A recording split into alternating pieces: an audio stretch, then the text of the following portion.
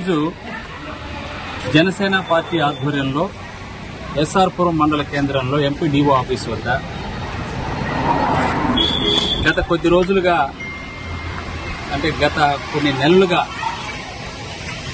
కొత్త ప్రభుత్వం వచ్చినప్పటి నుంచి వెంకటేశ్ అనేటువంటి ఫీల్డ్ అసిస్టెంట్ని 2016 నుంచి 2025 వరకు దాదాపు 10 సంవత్సరాలుగా పనిచేసినటువంటి ఫీల్డ్ అసిస్టెంట్ని అమానుషంగా అకారణంగా తొలగించడాన్ని జనసేన పార్టీ తరఫున మేము తీవ్రంగా ఖండిస్తూ ఉన్నాం. 23 గ్రామ పంచాయతీలో దాదాపు ఇదివరకే 4 తొలగించారు.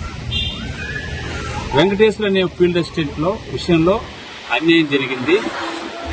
దామోదర్ నాయుడు, వెంకటేశ్వర నాయుడు, మురళీ నాయుడు, సోమశేఖర్ నాయుడు అనేటువంటి 4 గ్రామస్తులు ఆ గ్రామ పంచాయతీలో ఉన్నవాళ్ళు కొన్ని సందర్భాల్లో కొట్టడం, కొన్ని సందర్భాల్లో తిట్టడం, కొన్ని సందర్భాల్లో బైకులు వెళుతూ ఉంటే అనవసరంగా ఆపి గొడవలు పడటం, నువ్వు ఉండటానికి వీలు లేదు ఫీల్డ్ అసిస్టెంట్గా అని అతన్ని బెదిరించడం, ఉంటే ఇక్కడ కమ్మ వాళ్ళన్నా ఉండాలి లేదంటే కాపులన్నా ఉండాలి అని బెదిరించడం, ఉంటే జనసేన ఉండాలి లేదంటే మేమన్నా ఉండాలని ఆ 4 నాయకులు తెలుగుదేశం అన్నా ఉండాలని బెదిరించడం, అకారణంగా అతన్ని ఉద్యోగం నుంచి తీసేంత వరకు కూడా వీళ్ళు కంకణం కట్టుకుని మరీ అతనికి అన్యాయం చేశారు.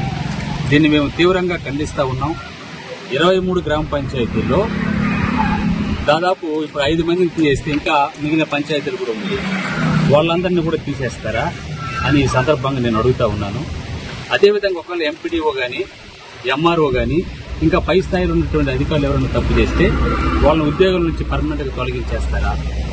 వీళ్ళకు వర్తించేటువంటి నిబంధనలు వాళ్ళకు వర్తించవా? ఎందుకు ఈ రకంగా అమానుషంగా ప్రవర్తిస్తూ ఉన్నారు? జనసేన పార్టీ తరఫున దీన్ని మేము తీవ్రంగా ఖండిస్తూ ఉన్నాం.